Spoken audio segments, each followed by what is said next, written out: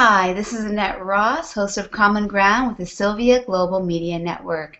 Today I have with me Hyepin, President and CEO of the Korean Churches for Community Development.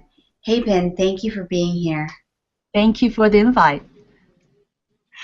Um, as I said to you a little bit earlier, I'm still learning a lot about your organization, and I want to learn a lot about you. I don't know much about you and why it even began. So why don't you tell me what KCCD is and what you do?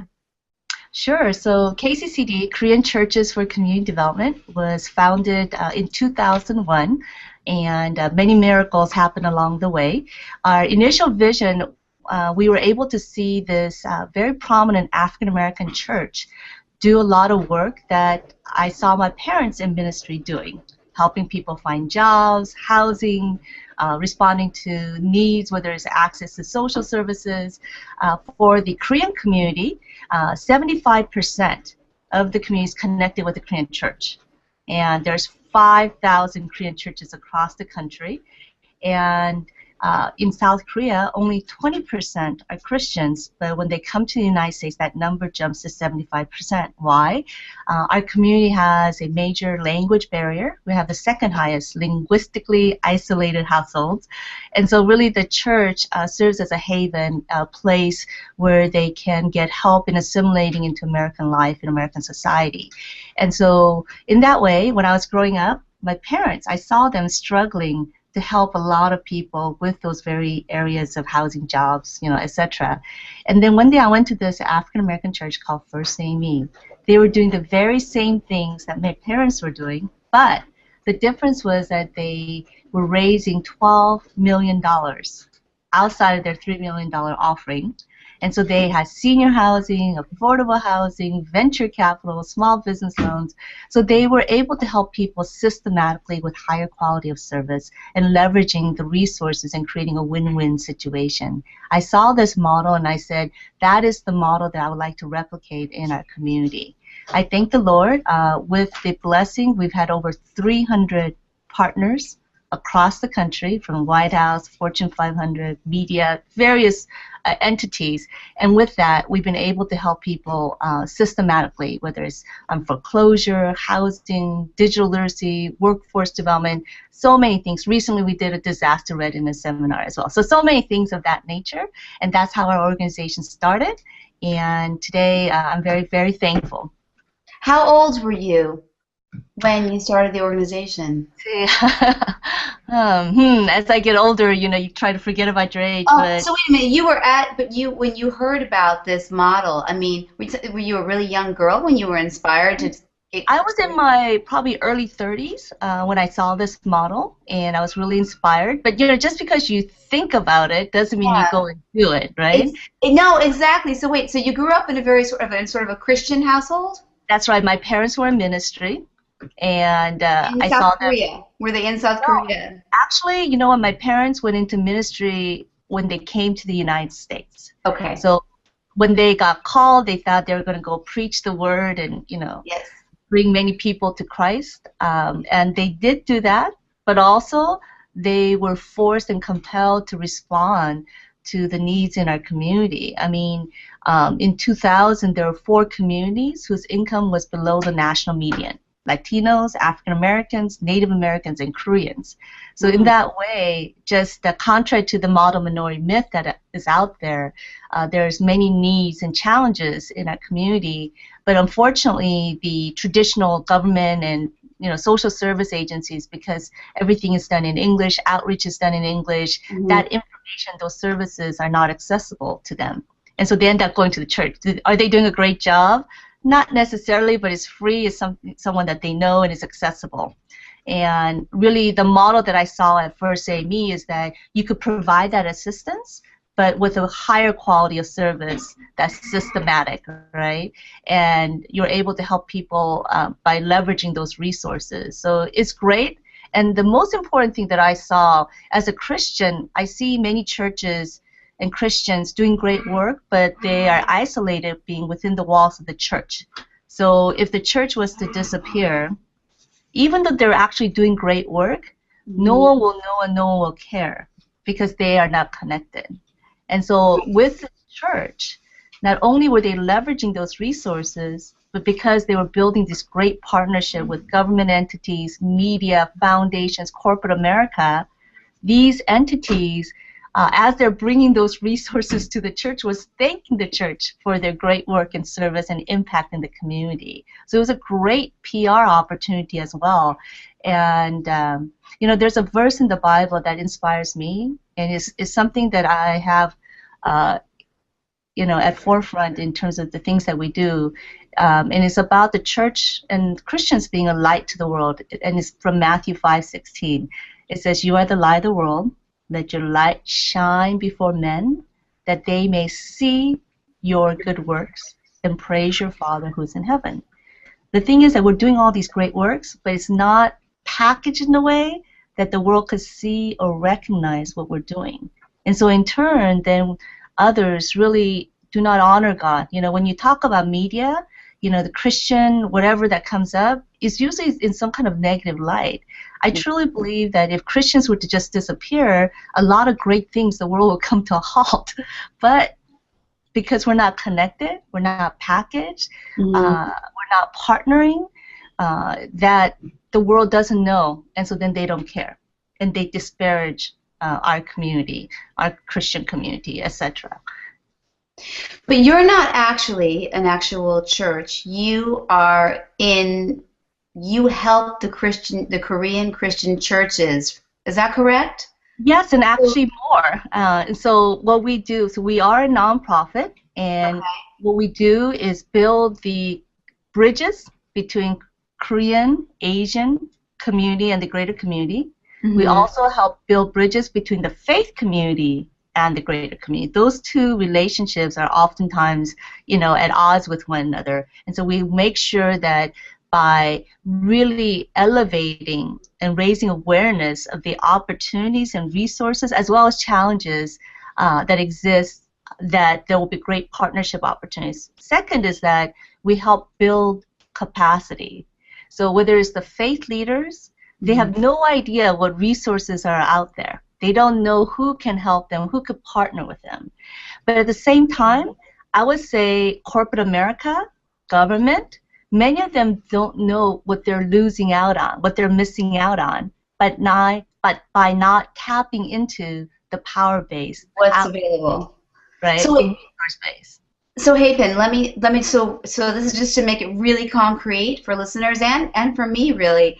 So if I was a member at a church that you were in community with, and I was a family in need, is that what you're saying? You're helping individuals, families in needs? You're helping the church or the individuals? Actually, we're doing both. Okay. We didn't start off that way, but we were compelled to have to do both. And so at the organization level, so churches and nonprofits, we teach them how to navigate the system, whether it's funding, leveraging resources, how to advocate, how to do PR, those kind of things. And we also create opportunities where they can network and meet these decision makers, because a lot of times access is also not available or limited. So in addition to that, we're also helping churches as well as individuals, because many times churches can't do it all. They're overwhelmed. But by having them connect with us, we're able to help their families who want to buy a home. For example, there are various down payment assistance programs. For example, City of LA, they will help families up to $60,000 in down payment assistance if they qualify. There's also down payment assistance programs where, let's say, you have $5,000.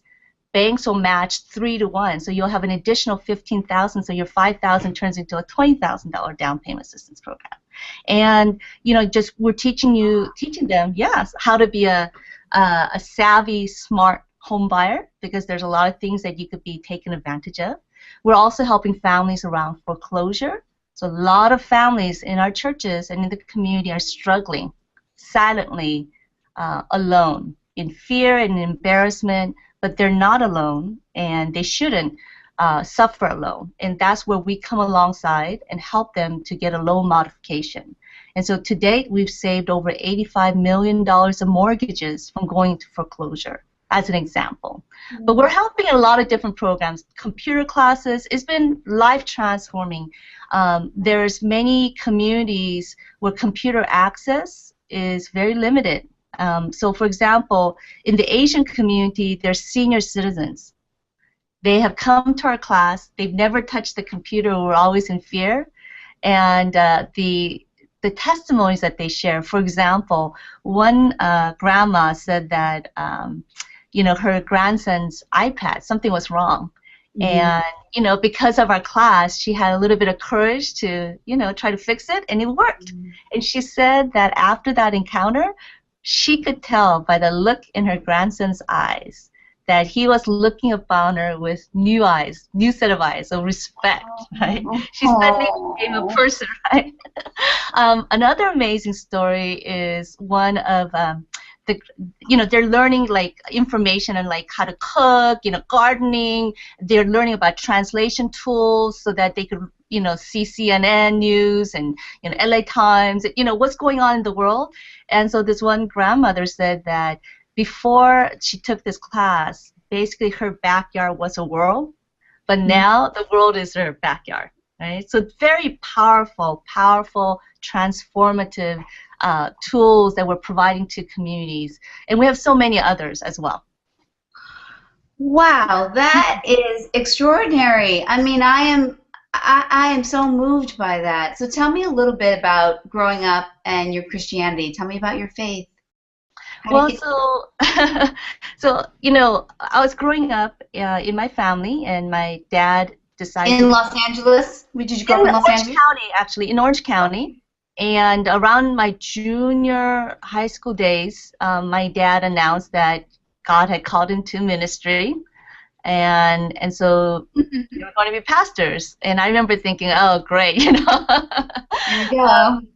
But because my parents were so strict, even before they entered ministry, in terms of any difference in lifestyle, there was no difference. But anyway, I saw them struggle. There were many miracles, but I also saw many struggles along the way. My mom and dad both had a gift of healing, also gift of vision. So I saw a lot of miracles growing up, and also saw that God is real. And anyway, when I was in junior high, my dad said that I should go to seminary. And I thought that was a very bad idea. And I thought people had no business going to seminary if they didn't believe that they were called. And at that moment, I didn't hear any voice from God saying I should go. So I refused. But I also grew up hearing my mom's testimony as well as testimonies of many evangelists who came to our church. And the story was very consistent, and it's a story of Jonah. God calls you, and you run away. Ultimately, you'll go through a lot of suffering and end up right back where God had called you, and you have to end up doing it. And that was my mom's story, and so many others. So I did pray to God. I said, God, if you ever call me, just make it really clear, and I will obey. But please know I really don't want to. Anyway, long story short, many years later, 3 compelling events happened in 1 year. And ultimately, it was clear enough that I decided fearfully and resentfully to send out my request for application for seminary. But you know what was extraordinary?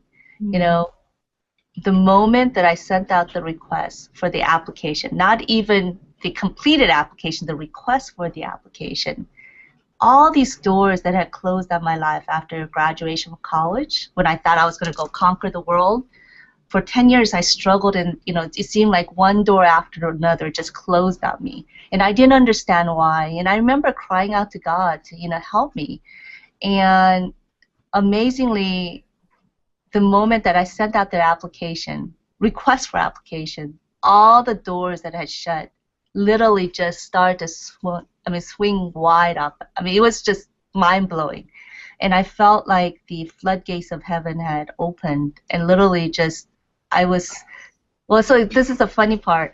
I think until that point, the Bible talks about God blessing you, to the brim and overflowing. Mm-hmm. Well, I always thought God would always kind of jip me a little bit, and I was left hanging for a little bit more, until that moment. But after my obedience, I mean, it did feel like the floodgates. I was just overwhelmed, and I came to realize that God's ways, God's thoughts are so much greater. Wow. Yeah. So you Than did our go to seminary, you completed seminary? I did. And actually, the way we started our organization was that um, I basically, Secretary Andrew Cuomo of the U.S. Department of Housing and Urban Development Mm-hmm. Mm-hmm. was coming out to California. And many people believe the faith-based initiative started with President Bush, but actually President Clinton, under this thing called charitable choice, set up a faith-based office in the U.S. Department of Housing and Urban Development to promote faith-based partnerships with government, because they recognize that there are certain things that government can do, but there are also other things that faith-based organizations can do that government cannot do. And so So they true. recognize that. Yeah. And so, but at that time, the separation of church and state was so strong. Mm-hmm. When HUD was coming out, they had no database of churches, right? A list of church contact lists. And so they reached out to a group called QED, Churches United for Economic Development, and my boss happened to be the chair there. And they wanted everyone, African American, Latino, white, everyone to come into the room and to this conference, but they didn't have the Asian community. And my boss reached out to me, and there's a longer testimony around it. But anyway, ultimately, I engaged, and in terms of the total conference, 900 people turned out, and of that, 60 Asian American pastors participated. 60 out of 900 is like nothing. But at that time, because Asian pastors never came out to any of these kind of mainstream functions, it actually was noticed. And I Wait, received. one second. Why didn't they come out? Why? Well, so this Why is were the they policy. disenfranchised? Yeah, so basically, the language barrier is one factor, and Okay. if the outreach is done in English, it doesn't reach our community. And the relationships are non-existent. So even if you did, I mean, like if you were to get an invite from some strange organization, I mean, from an organization that you had never heard of, you probably wouldn't respond, right? So those relationships really matter, the contact points. And until that, there were no relationships. There were no organization like KCCD to kind of help be that bridge builder and be able to facilitate those meetings and relationships and help them to understand the value of coming together. Right? And so then for the Korean pastors, it was a fear factor, it was ignorance, they don't know what was being offered. I mean, I could give you an example like the down payment assistance program. Okay. When you say soft second, what does that mean? First time home buyer, what does that mean? Right? I mean, if you had not owned a home for the previous 3 years, you're considered a first time home buyer. Did you know that? No. So there's a lot of little technicalities and things of that nature that, soft second. When we told the Korean community, free money for down payment, then they understood. And at our first home ownership fair, like 600 people turned out. Before that event, if you went to any home ownership fair, you wouldn't see Asians. But when we said free money for down payment, suddenly they understood what was being offered and they showed up. So I would say that for the most part, our community, when outreach is even done, even in our own language, if it's not explicitly stated what value they would gain by participating in a language that they understand, not just in a translational language, but culturally sensitive language, they won't get it. Right? We're all busy people, right? Right. No. One of the issues that you seem to be really interested in and involved in is immigration reform. Is that correct? Because I sort of, from some of my,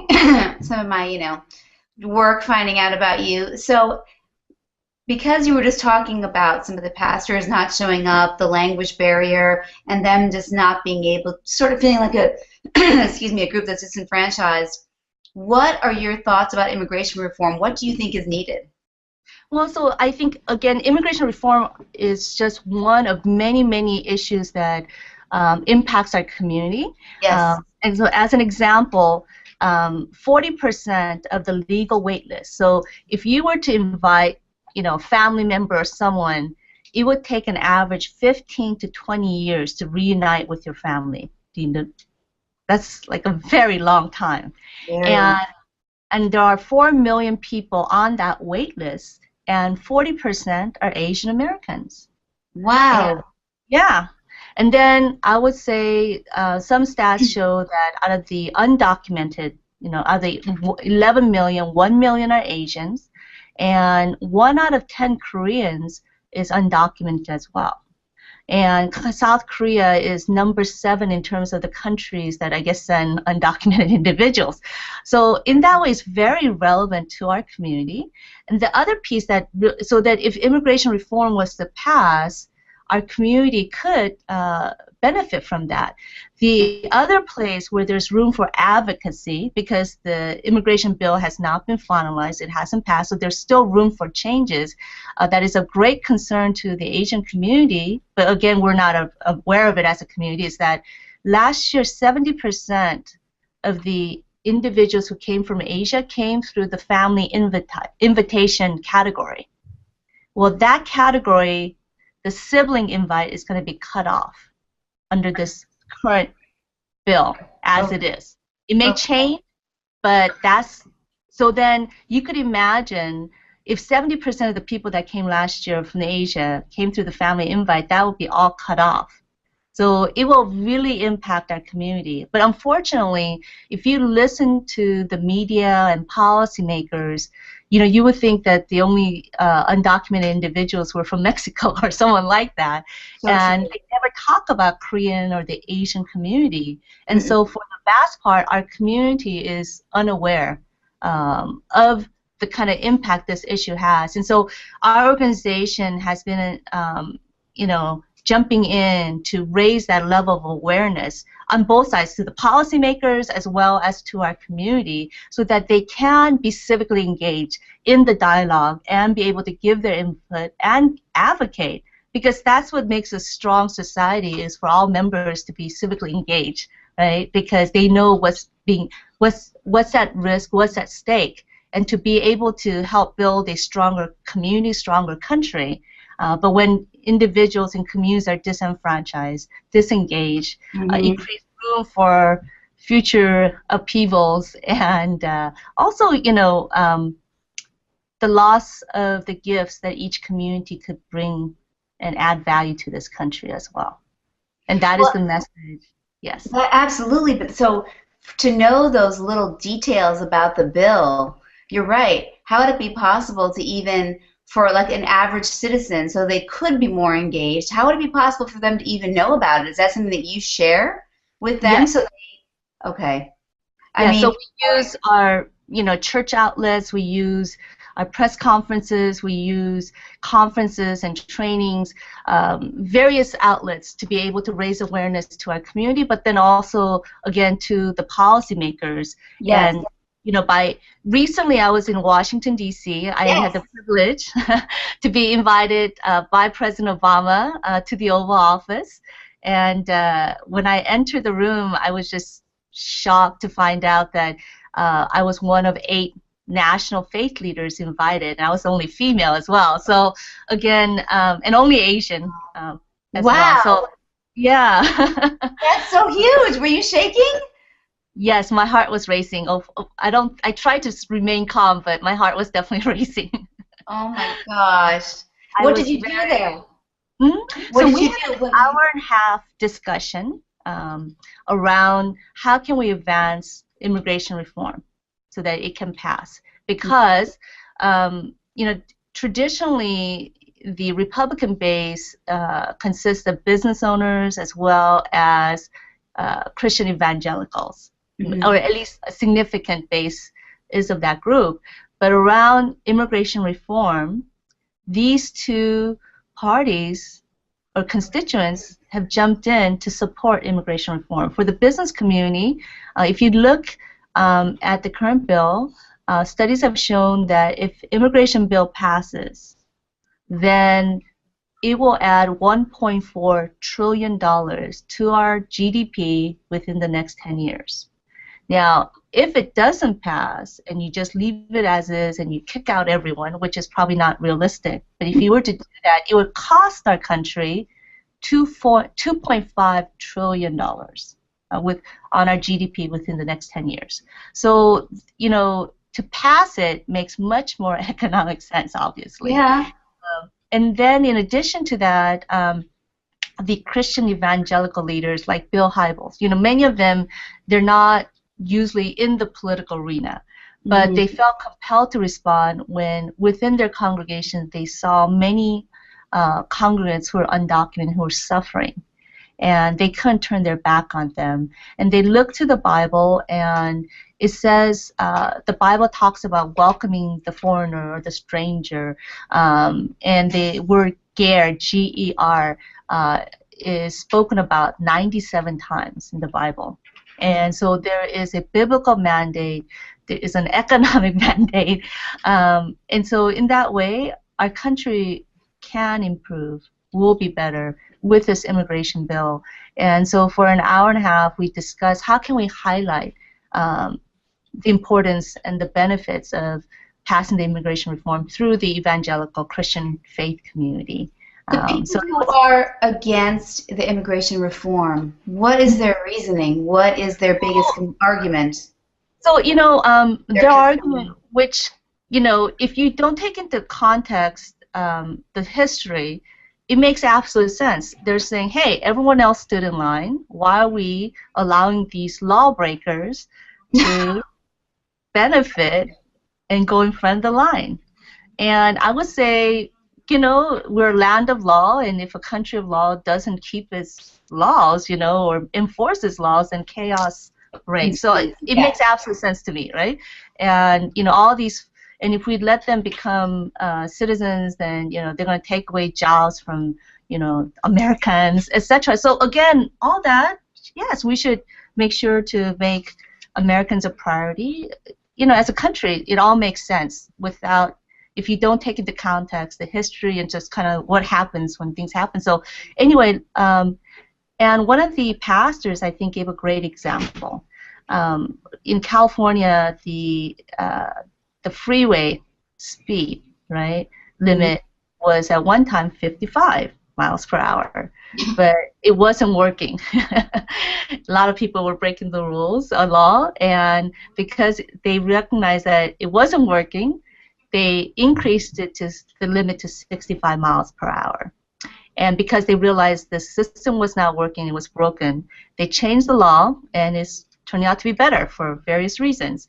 They did not go back and put everyone who broke the law into jail, but they moved forward.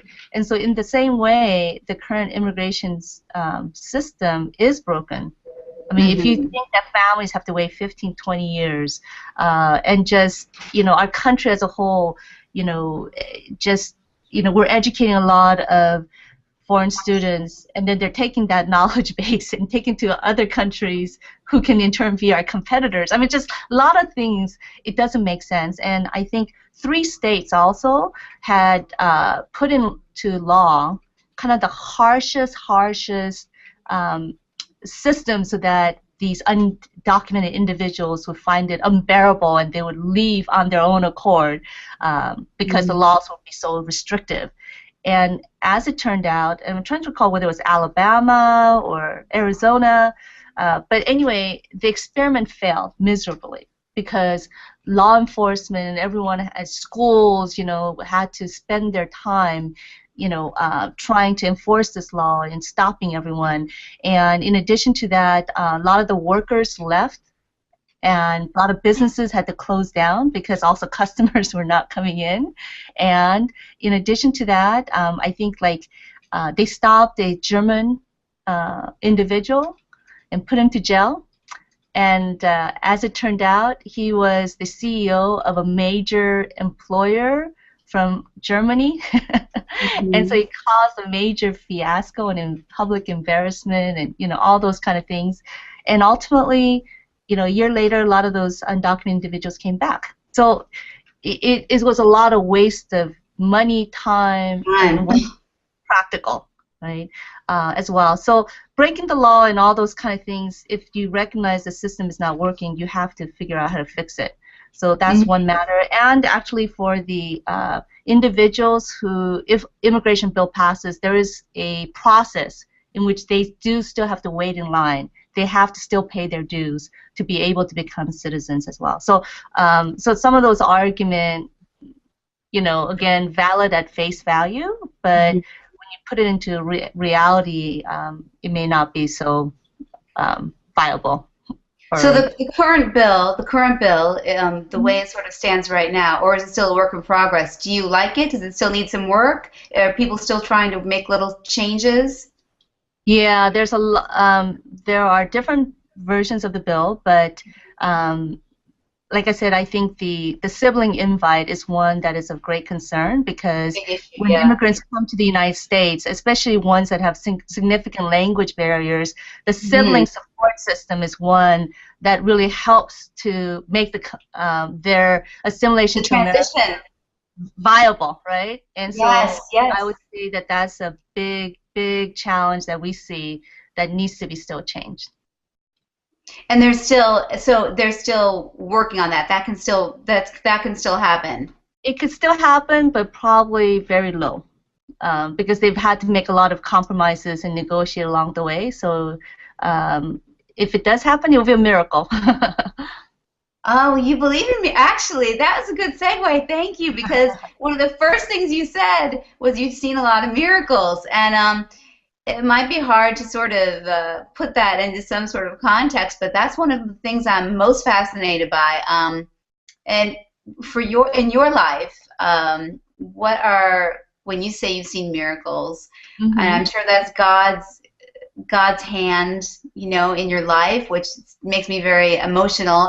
I'm Christian as well, to say, but I mean, I think there's times when we feel God is very much there, and I think there's times when you described you feel doors were closing in your life as well. I would love for you to talk a little bit about Sure, I can miracles. definitely do that. That means a lot to me. I'll share 2 examples, but I have many, many, many more to share. But when we first started our organization, so this is after HUD had convened this gathering, and I got over 100 calls from across the country asking for help, and I knew that just sending them to here or there, they wouldn't have the capacity to be able to respond. So I knew that there needed to be an entity that could be an intermediary, that could be a bridge builder, help build capacity on both sides. So anyway, and it was a miracle that the U.S. Department of Housing and Urban Development decided to reach out to me to do an event, a historic event specifically for the Korean community. That has never happened. Wow. And anyway, there's again a greater story behind it. But so in essence, they became my partner, and we were able to tap into their resources, etc. But they asked me, how many people did I expect to turn out? And out of the blue, I said 350. Now, let me tell you, I've been at this. Our organization is going to be celebrating our 13th anniversary this March, right? And during that time period, I have now a lot more credibility. Our organization's been around. The word community development is something a little bit more familiar. We have a lot more friends, etc. But all those years, except for like our home ownership fair, like where you have like 1,000 people come out for the home ownership fair, that's more for like specifically consumers, at the individual level. For church leaders, pastors, that has never happened. But now I'm saying this at the beginning when we didn't even have an organization. I didn't even have this track record of, having, a certain amount of credibility. And I said 350. And I put my reputation on the line. I put my job on the line. White House was flying from Washington, D.C. for this event. The major stakeholders in community development, Enterprise, LISC, like all these big power players were coming as speakers or exhibitors. And this is a weekday event. where you pay a registration fee also. And 3 days before the event, on Monday, I checked the registration list, and there were only 10 people registered. No. Yes. You were freaking out? Yes. My world turned black, and my heart sank, and I asked God, was this your idea or my idea? And, you know, I thought of Moses standing at the edge of that Red Sea, and I thought, yes. Mm-hmm. I thought this is how Moses must have felt. Red Sea before him, Pharaoh's army charging at him, all the people looking to him for an answer, and he had no answer and no place to go or hide or run, right? And I retraced my steps to see how I had brought myself to that point. How did I get myself to this point? And you know what? As sure as Moses, he could not have come to that point, as bleak as that situation looked, if God had not intervened. Pharaoh's army would not have, I'm sorry, Pharaoh would never have let out those people. Those people would never have followed him. So I knew very clearly as I retraced my steps, if God had not intervened, if God had not done those miracles, I would not be where I was, as bleak as it looked. So even though people said cancel it, announce that it's free, you know, I had heard all my life, you know, going to Sunday school, Gideon's story, how God delivers at the last minute because he wants the honor and glory.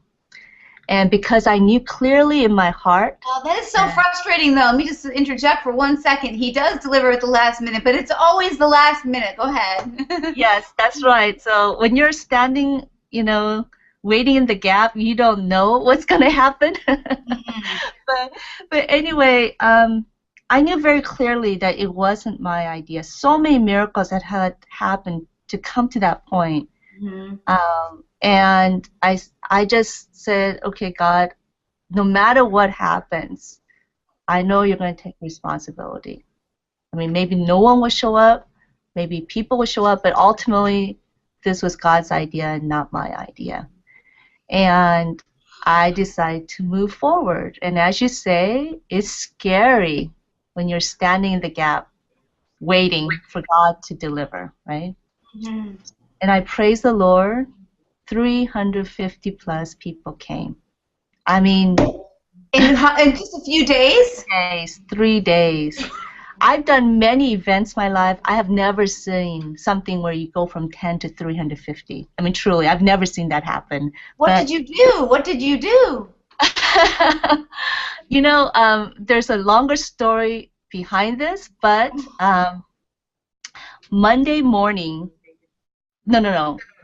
Okay, Tuesday morning, I had an interview set up, and my dad comes into my room and says he had met some pastors the prior night, and they were going to give him registration fee, but he had forgotten to take it.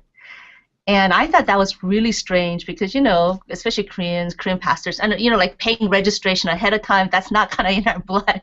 And so I ran to my dad and said, what happened? And this was an alumni gathering that for his seminary, that meets on an ongoing basis, but he had not gone for the previous 3 years because our prayer meeting was on the same night at our church. Okay. And so he had never gone, but it happened that my dad was moving to a different state, so they intentionally rearranged the date so that my dad could participate. And it so happened that the home where this meeting was being held was one of the pastors who had participated in the HUD conference before. And he had connected with some resources, and so he had drawn up, he was an engineer before, he had drawn up a blueprint of this building that he was going to build for rehab patients. And because the pastor saw something that was very tangible and real, they got excited. And I thought, okay, I need to get in touch with this pastor to get him on this radio show, which was an hour away, and I was like an hour drive to LA from my home. So I called the pastor, and the pastor's going, oh, I have other plans. And I said, Pastor, you got my help, because that's how I got connected to that resource. Right. But you know what? You're going to need more help going forward. I need your help. Yeah, if you want my help, I need your help. And so, anyway, long story short, he ended up being on the show with me. And the people who were listening finally heard something that was really tangible. And before this radio talk show, though, I was going, why aren't these people answering? Because at that HUD conference, where 900 people came and 60, like I had just done one interview and the calls had started to ring off, the calls off the hook. And this time it was like silence. And I'm going, what is going on? And I said, I need a success story, but this takes a very long time. I mean, with affordable housing, it takes a year. So I knew that I couldn't deliver a success story. So I was kind of struggling. And so when I heard this pastor, it was, even though it wasn't an outcome, at least it was like a start of something going forward. Yes. And so anyway, when we shared the success story, the phone started to ring that day. But this is interesting. The phones cut off at 5 o'clock that day. So my interview was 10 in the morning, and then the phone started to ring off the hook starting noon and it went on until 5. And I really needed that window of time to get ready for the conference. The next morning, as I was driving to our work, I thought, I might need some extra help. So I called my dad and mom to say, can you come out and just stay until lunchtime to help me with registration, just in case? You know what?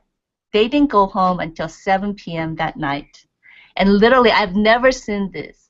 Like, the phones were ringing off the hook so much that basically the people who were helping me said, if you want to register, you need to come physically to our office. And literally, there were lines just coming out of our office into the hallway, into the lobby. I just never seen such a thing. Anyway, and ultimately 350 plus people came. Wow. Yes. And I remember when this radio talk show was, the appointment was set up, I thought, Tuesday, that is way too late, I mean, like, people should have already signed up by then. But actually, it was God's perfect timing. Wow. Okay, so from one person, from one faith journey to another faith journey, I mean, the whole experience with God, it's, doesn't it? It always frightens me. I mean, I don't know how else to say it. I always find I always feel like, okay, you were talking about some of your favorite passages, and one of mine is the part where the woman saying, even the dogs get scraps from the master's table. I'm always like, okay, God, can I have like little scraps down here? But so I'm sure you know absolutely, that. Absolutely. Like I said, I feel like sometimes I feel gypped by God, right? When you said that, I understood exactly what you meant. But for people out there that are just feeling in the dark, what was it that kept your faith alive in dark times? Because I think that is a very real question. I'm sure you had to have a lot of the miracles, and then some times when you felt like you were just moving by faith. Well, so actually, first I do want to say that my earlier comment that I thought God was a little selfish and wanting to take all the honor and glory. Through this experience, though, I came to realize a new truth. God doesn't need all that glory or recognition. He's already God. But when I came to realize very clearly that it was God who was leading this effort, I became extremely bold, because if God is for me, who can be against me? And I realized that glory and honor giving to God is not for His sake, it's really for our sake. So that was one new truth. But in your answer to your question, I told you that 3 very compelling events happened that led me to answer God's call to ministry. And actually, one of them was that, and it's very relevant, when I my mom would drag me everywhere to a lot of Christian gatherings, and I did it because I felt it was the thing to do as a Christian, the right thing to do, not because I wanted to, but because it was the right thing to do as a Christian. And at one of these gatherings, it was a 3-year program. It was pretty intense. I had a 3-hour commute during that period, and for 3 days every month, this training would go from like 6 to 10 o'clock at night, and by the time I went home and slept, I mean, it was just exhausting. By the third day, because it's back to back, no time, and I had a very stressful job too. And so anyway, the third night, they would have a mini revival, and then they announced, if you want to stay and pray a little longer, you could do so. And I'm thinking in my mind, hell no, like I'm tired, I've been here a lot, right? Right, like I'm ready to jam. But, I didn't want to stick out like a sore thumb, so I was going to do my 30-second, extra obligatory prayer and then leave. And as I bowed my head, God took me back to my freshman year in college. It was about 10 years. To my freshman year in college, and I was at a college church revival, and the speaker had asked everyone to write down how they would like to serve God in their life. And because I wanted to travel, I somehow figured out how to insert that in. But the part that was very genuine was that, again, my mom would drag me everywhere, and I would go to a lot of revivals. And one big thing that I did take away was that when these evangelists would tell me or share the amazing miracles that God had done in their life, it made me realize that God was living today and not just in Bible times. And so I said, I like to travel around the world sharing the amazing works, the miracles that God had done in my life to inspire others to know that God is living today and for them to hang on to their faith. And I had completely forgotten about what I had written. And at that moment when I bowed my head, and like I said, I wasn't in any kind of a worshipful mood or anything. I just like, and I'm ready to jam. But as I bowed my head and took me back to that moment, it wasn't an audible voice, but it was a very clear voice. And the message that I got was, you don't need miracles when things are going great. And suddenly, all the suffering that I had gone through, because it was a very humbling experience. I had grown up, always being at the top of my class and, doing well and everything. And so when I graduated, I thought I'd go and conquer the world. And literally, I would go from one job to another, being laid off, fired, doors would close on me, when I'd be at the brink of success. I mean, it was just kind of like this very humbling experience, and I'm crying out to God for help. And suddenly, when I got that message, my narrative changed.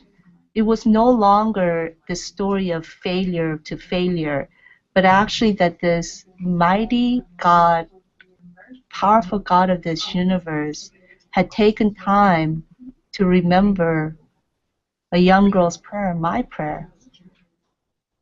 And those hardships were not because I had failed or God was punishing me, I had veered off, but really that God had answered my prayer, and it was all in the plan. And,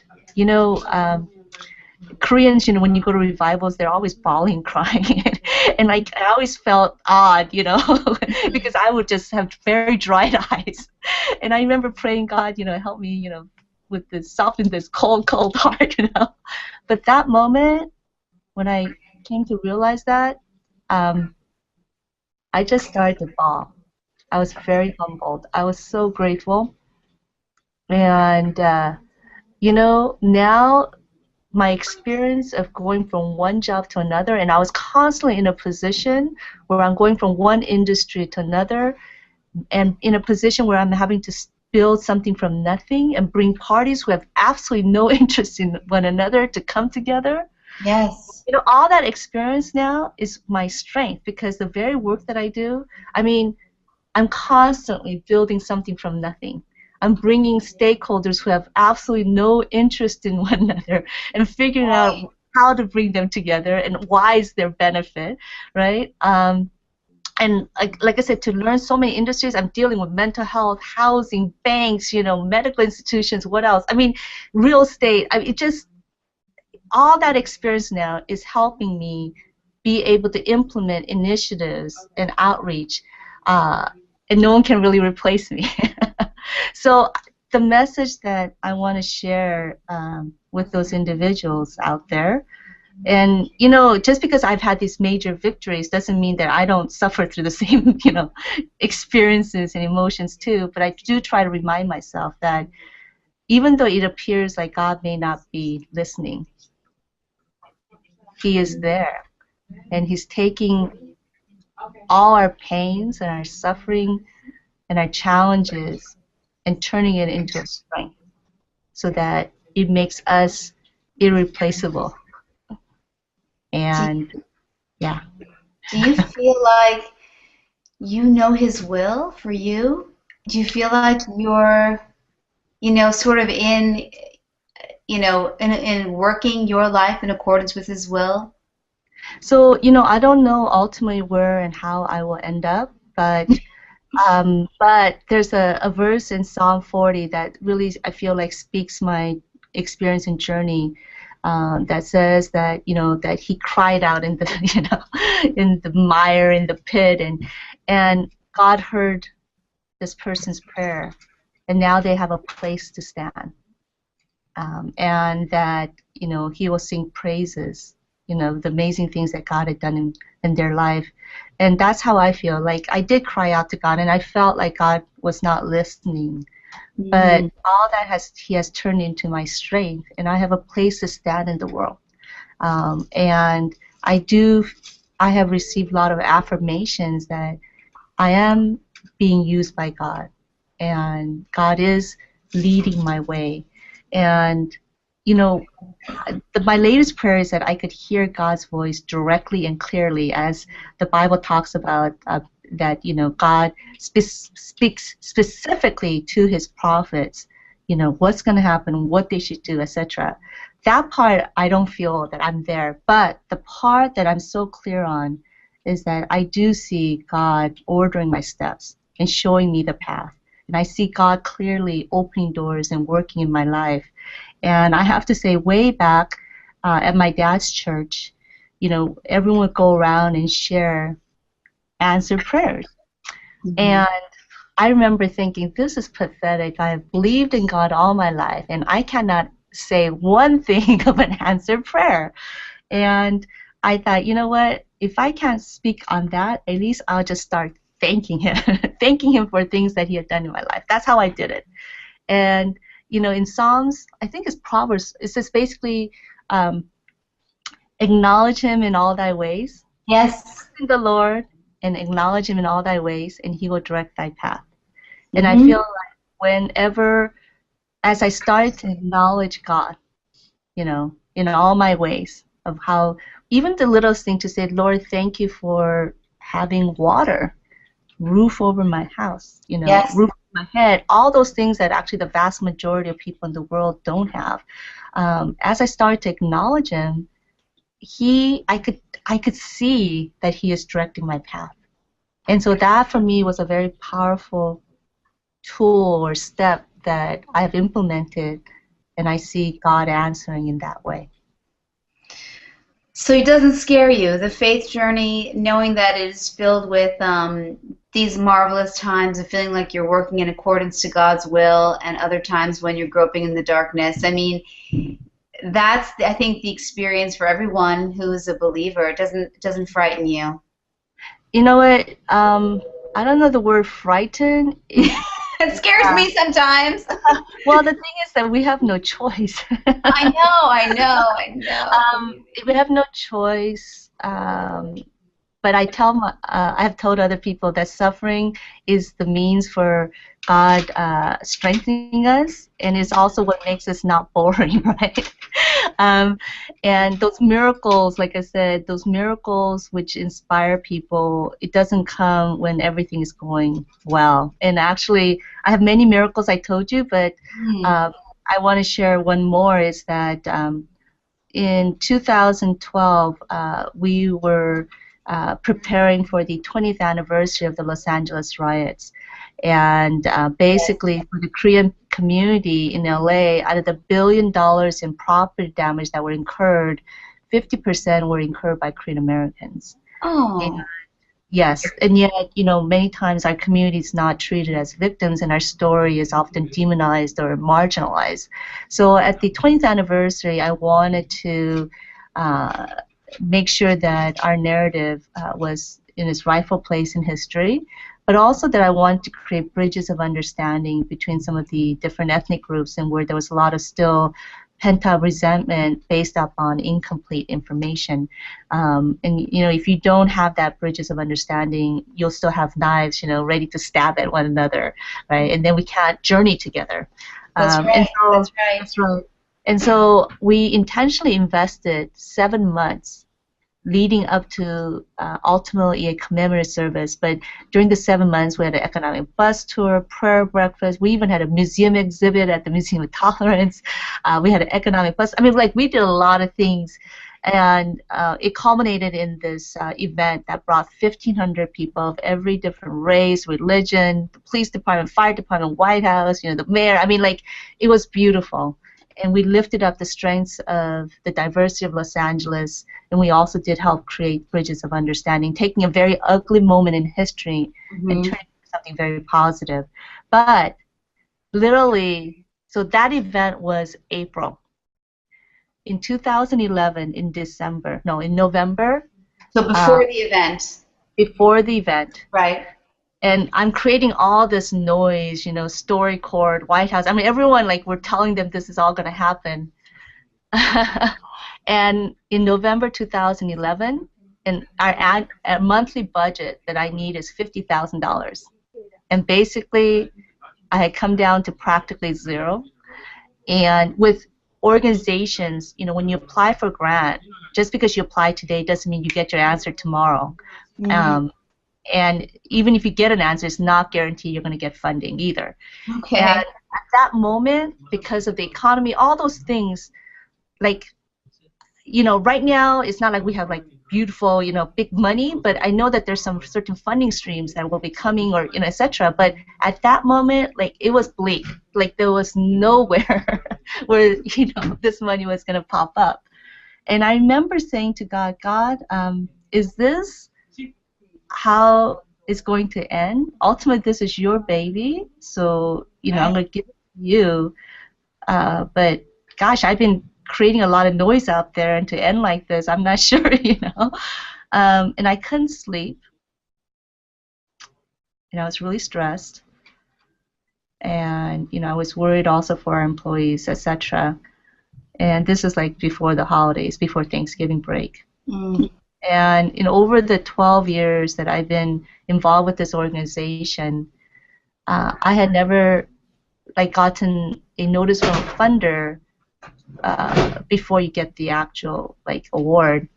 Well, I get this email from a funder saying that he's going to be giving us $50,000, and he wrote something about God. Again, all those years, I've never had a funder talk about God, right? And when I got that email, I cried because it wasn't just the money, of course, that was very important, but for me, it was more of an affirmation again that I had not veered off, and that God was still going to take responsibility and lead this organization. And that, again, it wasn't my thing, but it was God's thing. And we needed a lot more money than $50,000, but miraculously, I don't know how we survived, and we're still here today. Wow. And so when I talk about, just because you have some major victories doesn't mean the struggle, continue. It continues. But I guess, I wrote that I wanted to share the amazing miracles. But you can't have miracles when things are going great. And I guess that's something I have to kind of remind myself. And I hope that other people will, again, be encouraged. I think about Nick Vuici. He's a quadriplegic, and I think he's a great model of, where what appears to be a curse. He was born quadriplegic, so, Mm. he can't walk, he can't do a lot of things, but, at a certain point, he chose to embrace it and not resent it. And Mm. um, now, he goes and he could swim, he could play golf, he could do a lot of things, which, even I can't do. And I think it's last year or the year before, he married a beautiful wife. He just had a son, and he travels all over the world. He's very funny too, very inspirational, Wow. encouraging everyone. I mean, but especially for youth, who are struggling with their identity, when they see him, they can't help but to cry and hug him. So he probably has been the most hugged person in the world. Um, but I think again, definitely his life is definitely not boring. But again, he's a great example that is a reminder that what appears to be punishment, what appears to be something that is horrific suffering, if and Mm. when we can embrace it with gratitude, it could be the vehicle for amazing blessing and miracles. And for Uh, touching others, right? yes, yes, yes. So we're going to finish up in a second, but just can you just tell me a little bit about, the new year and anything, some plans you might have for the organization or for yourself or what you hope to accomplish in 2014? It's probably a big. So I've been kind of thinking about it, but first of all, I do feel like, in our faith journey, there's plateaus and valleys and then new heights.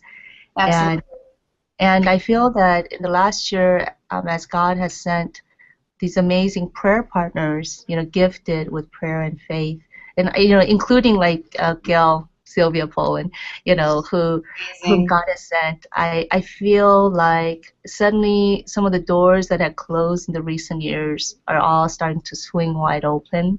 And, it has been quite challenging. It's like two steps forward, one step back, trying to mobilize the Korean/Asian faith community because it's not something, especially with a theology that says if you're too active outside the walls of the church, then you're not a true Christian.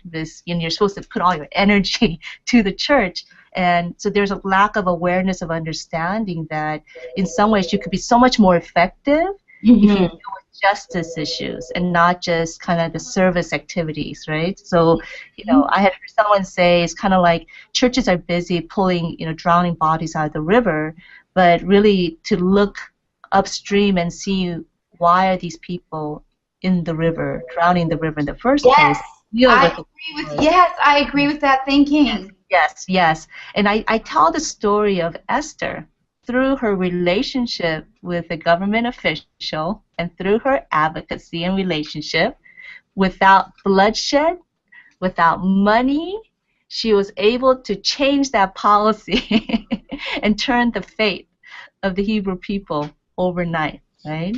And that's the kind of influence and impact that I think the Christian community could have by engagement. Right? We don't have to compromise our faith, but by engagement, and again through our good works, through partnership, we could leverage resources and really expand that. And so there's a little acronym that I use called WORLD. Increase positive witness by expanding outreach, that's O, leveraging resources, that's R, creating a leadership platform, L, that turns into development, D, of the world, right, of our neighborhood, of our youth. And so, as mentioned before, it's like two steps forward, one step back. And at times you get discouraged, but again, we're making that progress. And so suddenly I feel like God is opening these amazing doors where suddenly the Asian pastors and different groups are starting to wake up. Um, and in the new year, the White House Office of Public Engagement, as well as the White House Office of Faith-Based and Neighborhood Initiative, has invited our group to convene Asian leaders to the White House. And so that's something that we're planning. And then in addition, there are, with everything else that we're doing, we're starting something called the Community Impact Network for adults and a leadership academy for youth. And the idea is that, there are people who are active within the walls of the church, like fellowship committee, youth committee, Sunday school committee, whatever. And then there are church Christians who are active out in the world, in different sectors, etc. But there are those individuals who want to be at the intersection of church and community, but there is no place for them to stand within the walls of the church. And so if the American Red Cross comes knocking on the church door to say, we want to partner with you, if the government says we want to partner with you, most times the pastor doesn't know what to do. He doesn't have a place to send them off or redirect, right? And so it gets lost, and the chance for the church to partner and have an impact in the greater community is lost. Yes. Right? And it's powerful. It could be powerful. It could be very powerful, and I'm going to give an example after this. But basically, we want to start something called, something like the Community Impact Network Committee or Community Impact Mission Committee. And the idea is that we're going to identify those people who want to be at the intersection of church and community, bring them all together, create a fellowship, increase their bandwidth, bring speakers and partners and resources that are already interested in working with the faith community so they don't have to waste a lot of time and energy, and then help them to create this committee in every church across the country, right? So when the greater community comes knocking on the church's door, it doesn't get lost, and the opportunity to increase our positive witness doesn't get lost either. And I'll give one example, and we're going to do the same with our Youth Leadership Academy. The idea is to teach them how to leverage the power base of the church community, right? The congregation numbers matter to elected officials. And when you they do. Elected officials, you could bring funding, you could bring impact, you could bring media, etc., etc. But anyway, so how to leverage and tap into the power base of the numbers of the church, how to leverage resources, how to partner, how to do PR, how to do advocacy, media, government relations, in such a way that, again, the youth could be the feet, but they could also build their resume, and then the adults could come together and partner together, right? So I'll give you one example. There was a church that was prominently featured 2 years ago during Easter time for their Easter festival, and 2,000 people came, and the people in the article were saying great things about this church, and it was a Korean church. And again, because Korean churches, and I would say churches in general, have not traditionally built those connections and relationships, when they talk about Korean church or church, it's always in some kind of negative light. So I was quite surprised that they were saying all these wonderful things. And they had done their Easter festival outside the church parking lot with 70 booths, and they were giving out. Well, so I was kind of curious, what did they do differently? What were they doing that's created this huge feature article in a major, it's like LA Times, the Orange County Register, right? Mm-hmm. And I looked, they were giving out food, they were praying for people, giving out clothes. Those are things that every Korean church, I would say even many churches do, right? Yeah. So what made the difference? Well, you know what? The church gives out $190,000 in scholarships every year. So this is something that they've been doing for a while. But in the recent years, they have reached out to local elementary schools to partner with them to give out those scholarships or identify students. So it wasn't like they were giving out more scholarships, but by connecting with the greater community and partnering, they were increasing their outreach, right, and partnership. In addition, they distributed flyers throughout their local neighborhood, something that they had not done. And these little minuscule steps of connecting and partnering, and suddenly turned into this featured prominent article of the church, and lots of people saying great things about the church, right, and about the community. And so that's just one example of many. With a little bit of tweaking, little bit of connecting, the church community could really have an impact and be that light, or seen as the light to the world. And there's not, I do have to ask, I was like, I want to end with you saying something amazing like that, but I have to ask a question about how that's actually done. With the education, is it a problem having one sort of denomination? Is it okay with a church doing that with a public elementary school? I'm assuming it was a public elementary school. Mm-hmm. That's sort of allowed? That's okay? Absolutely, because all you're doing is you're coming together. You're not proselytizing per se. What Right. you're doing is you're taking an existing opportunity and saying who else wants to reach the same end goal. So, an example, we did a disaster readiness seminar. I said, Mhm. who would be interested in ultimately making sure that our community is safe, right? Right. So we reached out to the Everyone. so the Oh, fire department brought out their fire truck and talked about how to be ready. State Farm Insurance came because you know what, it's their vested interest to sell insurance, but also tell yes. very valuable information. The local elementary school partnered with us because we gave out 400 emergency kits. The American Red Cross, Target, that was part of their initiative. So the school, hey, it's a win. We're helping to inform their kids and their parents. We brought faith leaders, the U.S. Department of Homeland Security, the City of LA Emergency Medical Okay. Department, blah, blah, blah, blah, blah, right? So So it's there are everyone. everyone. If you think about what is the common end goal, the well-being, the safety of a safer society, a stronger society, etc., a healthier society. A lot of churches are ultimately involved, and hopefully that will translate into this again, that positive witness, the W in the world, right? And ultimately, if you do this enough, the greater community will look upon you as a stakeholder that they want to make sure they bring to the decision-making table. And that's where you create that leadership platform.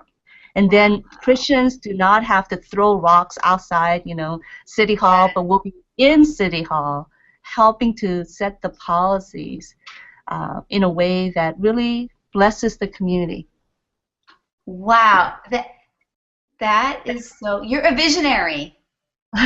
No, that's what you are. When you were talking the whole time, I was thinking, this woman is a visionary because you're right. Because then you're already a part of that conversation. You're a part of the policy that's being made, that's being implemented. You're already That's right. sort of in. You're on the inside. That's right. That's right. And you're right. And Some of the goals we have are common. They're shared yeah, by everybody. yes, yes. Wow. So I love it. I really love that though, because that's so important because that's why I've always felt that there's, the discord, because we don't focus on the things that we do agree on, that we do have in common, that we do love our families, our children, that we want people to be educated, that we want people to have food. I mean, right? There's things we sometimes faiths and maybe church and state, there are things that maybe there's different agendas, but there are certain things we all can agree on, and I think you're trying to find that. that's right. And again, the model that I saw was at First Amy. And The with African that, church. their offering was only $3 million, but they were bringing in $12 million by creating this affiliated nonprofit. But everyone saw it as a church, doing the work, right? It was amazing. I mean, like every church does feeding program. Well, this church, they were feeding 600 families every month with 2 weeks grocery supply. 2 weeks. Right? And they were doing it by, again, tapping into the food bank and local grocery stores, just, again, creating that win-win situation. Wow, that is, I just, I feel really excited about what you're doing. I feel really excited that you get that undercurrent of how to be on the inside and find the common ground and find the places where everyone Yeah, can sort of that's right. agree. That's right. And, like I said, the 10 years of suffering, when I was crying out to God Your desert and experience. yes, constantly being thrown into these places and having to rebuild and bring people together. And it was kind of the insight that I gained again, and that suffering has turned into my strength.